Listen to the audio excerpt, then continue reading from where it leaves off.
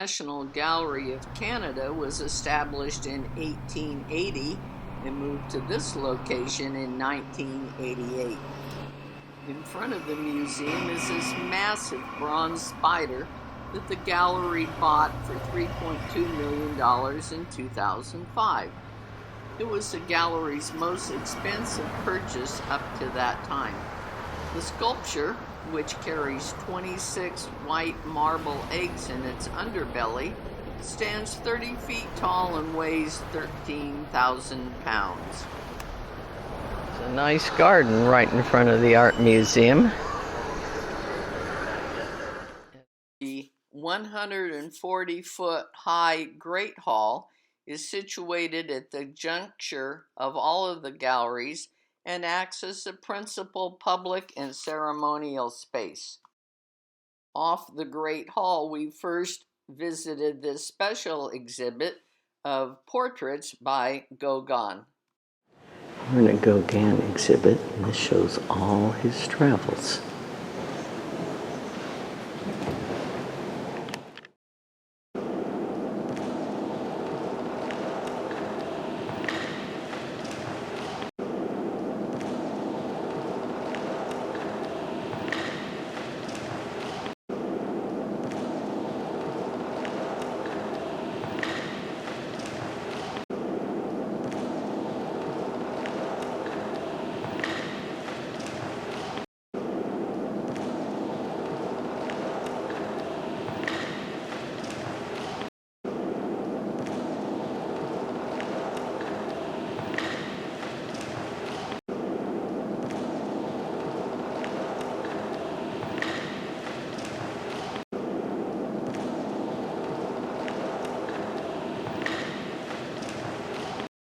This is the contemporary art gallery. That's kind of cute.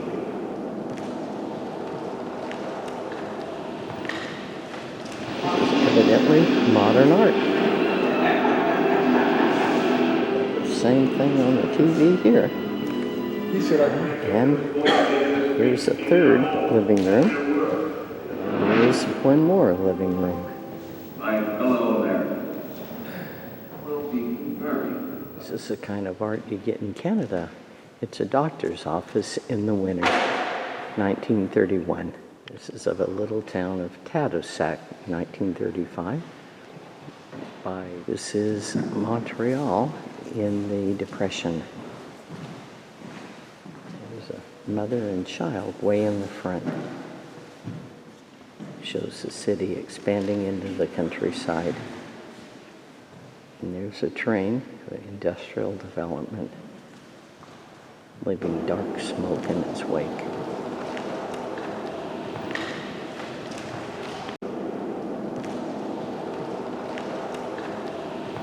In here we have the work of Emily Carr. She's from the Northwest. She studied art in San Francisco, moved to London, and then came back to British Columbia in 1911 and did a lot of art based on indigenous peoples. This is an entrance to First Peoples Cemetery with an eagle up on top, 1912. This is an artist, Lauren S. Harris. Lived 1885 to 1970. And he's best known as a member of the Group of Seven, who pioneered a distinctly Canadian painting style in the early 20th century. This is the same artist. These are pretty cool. This is a village in Canada, obviously in the winter. There's sun in the background. Nice, peaceful pool out here in the middle of the museum with a huge skylight. This is called Stormy Weather, Gorgon Bay. The artist is F.H. Farley. This is Fire Swept Algoma, 1920. quite a stark painting after a forest fire went through. This is called the Tangled Garden. There's a sunflower bowing its heavy head, with a barn in the background that I hadn't even seen. Working with flexible birch bark, indigenous builders produce strong, beautiful canoes with designs that emerge as much of the properties of the material as from their own visions. This canoe features a moose, as well as ancient water symbols along its gunwale. Made of rot-resistant bark, root, and pine gum, the vessel is light, sturdy, and built to last. Birch bark is also used as a medicine by the native people. We have the Ponte Vecchio in Florence in 1921. This is St. Mark's Basilica in Venice. This was painted on the island of St. Kitts on the beach in 1913, not the way people dress at the beach today. Obviously, there's lots of winter scenes, because winter is much of the year, not today.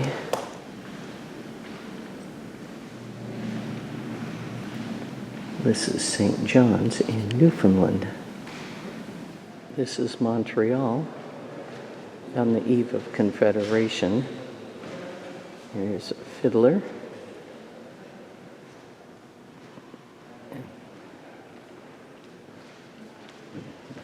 A farmer with the wheelbarrow. It's 1866 in Montreal.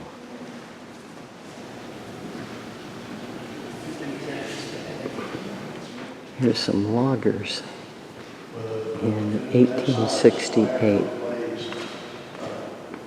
Very realistic. This group of Native Americans is running the rapids in 1870s. This is the Canadian Southern Railway at Niagara, and there's Niagara Falls. And this is a very popular painting. This is the Fort of Halifax. This was painted in 1835. There's the city over here. And this is a frigate. There's a native. She's selling fish. Checking out a boat with the fish they caught today.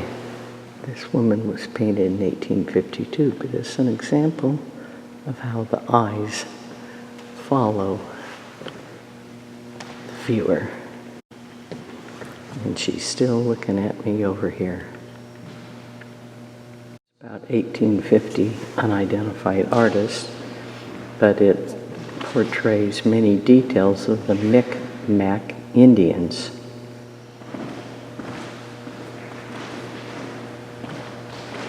It was even made into a postage stamp.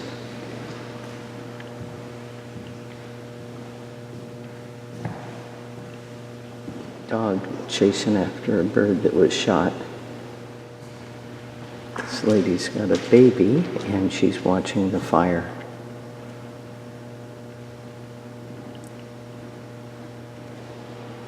At the edge of the woods is a White Horse Inn by moonlight.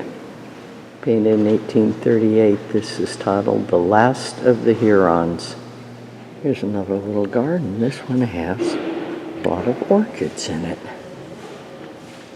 I'm sure they're in pots and they're just seasonal, but they look real nice in here with another big skylight above.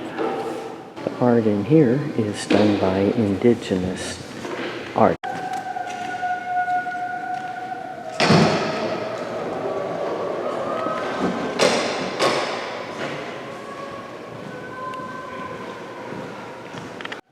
Those are real boots. And here's a nice party in Manitoba in 1964. Looks older than that.